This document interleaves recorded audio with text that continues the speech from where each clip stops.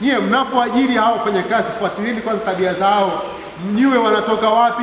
Wewe unaletewa tu, rafiki yako anakuletea tu. Hapana, fuatilia binti anatoka wapi na tabia zake zikoje. Tabia zake zikoje? Je, ana tabia njema? Ana maadili mema? Naona lazima awe na maadili mema, afya nzuri ya akili. Sio mtu mvuta bange unamwajiri tu nyumbani, alafu namwachia mtoto wako kabla anategea nini?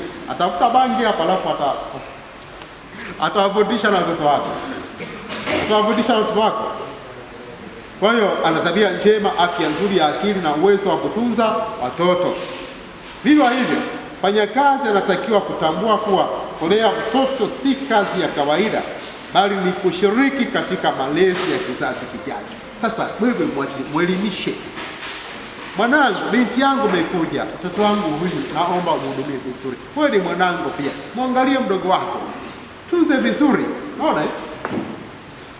Atamtunza na unamthamini, atampenda mtoto wako kama mtoto wake aliyezaa.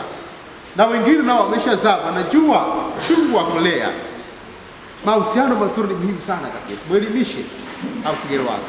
Kwa kuwa mtoto hawezi kujisemea, mtoto hawezi kujitetea, lakini sisi kama CWDM tunapaza sauti juu ya ukatili kwa watoto, haswa kwa kutangaza na kusema hadharani wale watoto wanaofanyiwa ukatili.